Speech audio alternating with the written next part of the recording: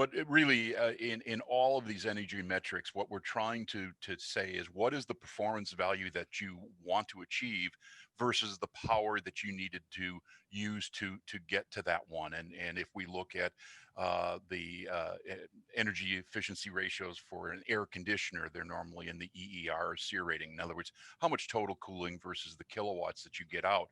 The moisture removal efficiency looks at the pounds per hour of condensate generated versus the power in. And then we get into the heat exchangers and what are the quality. And just because you say you have a heat exchanger, not every heat exchanger is the same as another heat exchanger. There are definitions of their effectiveness of the transfer functions. And unfortunately, price becomes one of the big variables saying it is good or bad.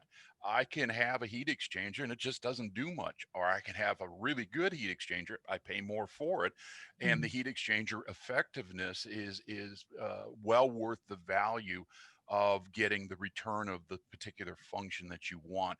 So these are really a lot of engineering terms, but they really define what the goal of the system ought to be. And if you're it's a renovation, you may focus in on just a heat exchange from one space to the other. If it's new construction, you may really focus on the moisture removal efficiency, saying I need to have that as being my best example.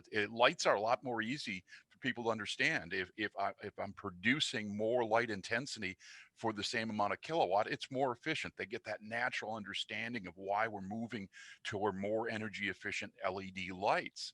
Well, the same application applies within the HVAC side of it.